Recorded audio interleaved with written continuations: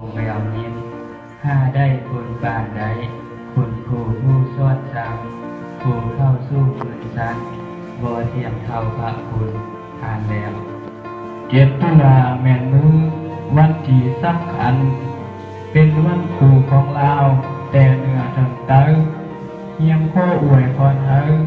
จับใจเพียนทรงบรรยายลงสาการสันน้อยเขาอวยพร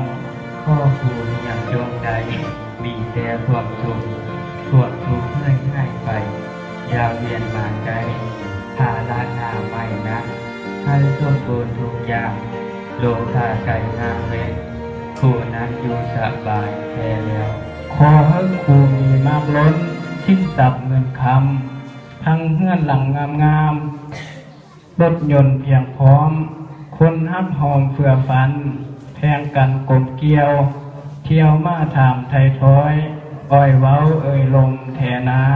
ขอให้ผู้กล่าวหน้าสางางามไปปรารถนาสิ่งได้ก่อส้มใจแม้น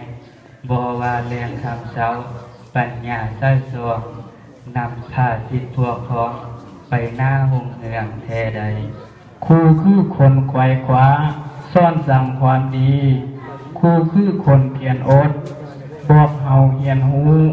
ครูคือคนเยืองซีทางเดินเที่ยวไต